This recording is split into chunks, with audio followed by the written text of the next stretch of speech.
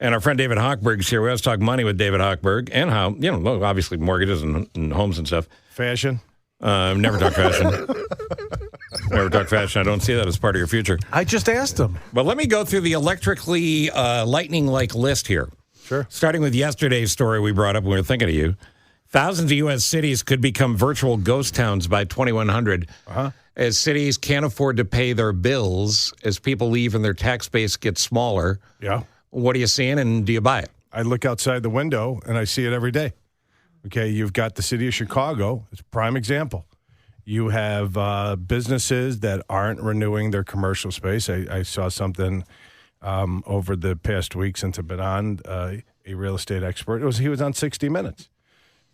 Based on some university study, said that he anticipates commercial real estate to drop 40% just due to the fact that businesses don't need as much space and workers are not coming down. Right. And I got on the wrong elevator this morning. Shows you how great it is. Got off on the 8th floor here, okay? Yeah, we're not on 8. I know you're on 6. Yeah. And I'm like, okay.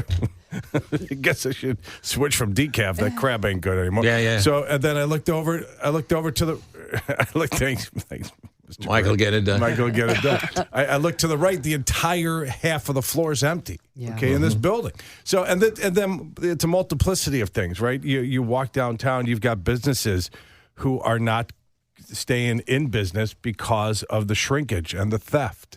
Okay, you got a combination, and this is not just Chicago. This is towns everywhere. San Francisco. You got a combination of high taxes, bad politicians, offshoots of the pandemic, people thinking they can stay home. All of it turns into these dominoes that fall. Yeah.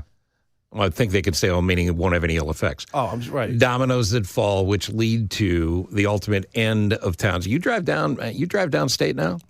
You got towns that used to be booming little towns they're already ghost towns. I just told you guys. I drove to Des Moines on Tuesday. We've got an office out there. We had a holiday party because a lot of the guys were out of town or whatever. So everybody's in town. We drove to Des Moines, and I drove back yesterday. Des Moines will be over 1 million people. Des Moines, Iowa, will be over 1 million people. It's the fastest growing town in the Midwest. Because it's livable, cheaper? It's safe. Yep. It's safe. Inexpensive. You don't pay $25 to park your car when you go to a restaurant. Where are you getting a deal for $25? Exactly. Exactly. You could actually start your car. All the guys started their car while we're sitting in the restaurant before we go out. I'm like, can't do that in Chicago. I'm like, you can. Your car won't be there. Well, if you want to be kind to the carjacker, exactly. sure. Right. Exactly. But it's even so much, adding to that too, the downtown of these cities, especially Chicago, that is where the heart is. That's what you have to save. Restaurants are continuing to close. I went to dinner the other night with a friend of mine. It was almost $200. And we just each had a meal, an appetizer, and a glass of wine. No, the prices are ridiculous. It's insane. The problem is you need to have excuses to come to a city. If you don't live in a city, it's work. People go, it's hard to live in New York. It is. I used to live there. Mm-hmm. One of Chicago's great things was it's easier to live in Chicago. Right. It used to be a joy to come downtown. It used to be fun. But don't kid yourself, whether it's babysitters or whether it's traffic or parking or whatever, the city has put up roadblocks to make it 10 times harder to come to the city, have a meal, have fun, whatever, and be able to afford it. And because of that, you're going to see more people leaving, as we have. And again, not just Chicago, all over, and it's a problem. All right, moving on. Yes. You told us off the air, a line of credit on your house is a good idea to protect you from fraud. Well, protect you against attorneys coming after you to try to sue you because it takes up the equity of your home. Tell me why that makes sense. I don't get it. Okay, so I was talking to a guy driving back from Iowa. I got two of my partners in the car, and a guy called me. He's 65, wife's 62. They want to retire. They got a $35,000 mortgage and a $500,000 home. And he needs some sewer work. So I'm like, all right, well, I'll hook you up with my team at Permaseal. Those guys are great. Roy will come out, give you a separate bid. And he's like, well, how should I pay for it? I'm like, well, you could either pay cash because you got $3 million in the bank in retirement, or you could pop out a line of credit, which you should have anyway. So I'm going through all these things, and I'm just like, the best time to take out a line of credit is when you don't need a line of credit, so the line of credit's there when you never thought you needed, okay? I hang up the phone, I go through my spiel that I've done 4,000 times, and my partner in the back goes, you left one thing out. Can I add something? I'm like, sure. What's up? I'm like, what did I miss? He goes, It also is a protection against the homeowner from getting sued. So you have somebody working on your house, they fall, whatever, or maybe they just want to scam you. Somebody's walking by outside and they slip and fall.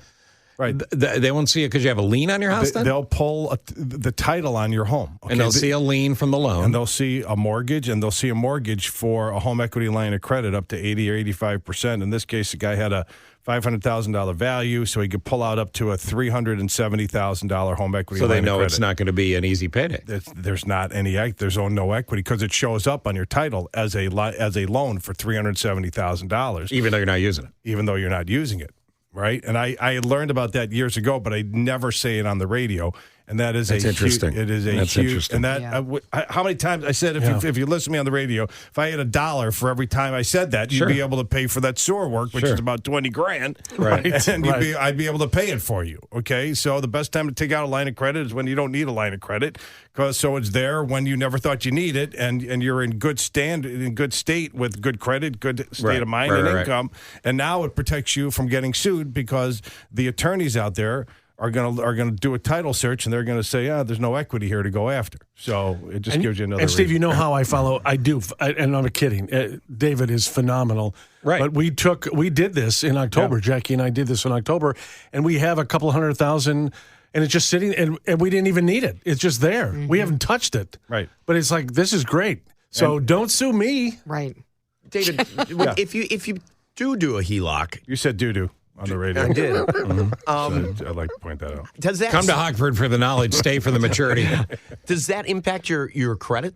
Not really. Because, not if you're paying your bills, right? No, well, if you take out a $200,000 HELOC, okay, you've got and it's just sitting there. Let's say, and you've got a zero balance. So your availability. Yeah. I told you this too. You should get a line of credit. I know. Do it, Nick. Yeah. All right. Wait. Stand by. Hold that thought. Stand by. All right. I want to direct people to you because we're already out of time. But I want to direct people to you because we know 56 million Americans are credit challenged or worse. Yeah. We also know most Americans have $500 or less for an emergency. Yeah. So if somebody wants to buy a house, if somebody wants to actually do something big in their lives, they're credit challenged, they have no credit. Yep. You were doing this challenge. Is it still going on? Yeah. But so basically what we're doing is if you've been turned down for a mortgage, haven't been able to secure a mortgage because you have no credit or your credit is terrible, right? The first 10 people I will work with you who call me, I will work with you one-on-one for free.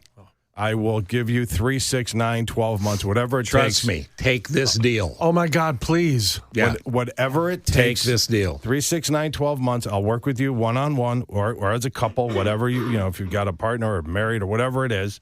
I'll work with you. I'll hold your hands. I'll give you the techniques. We'll set you up.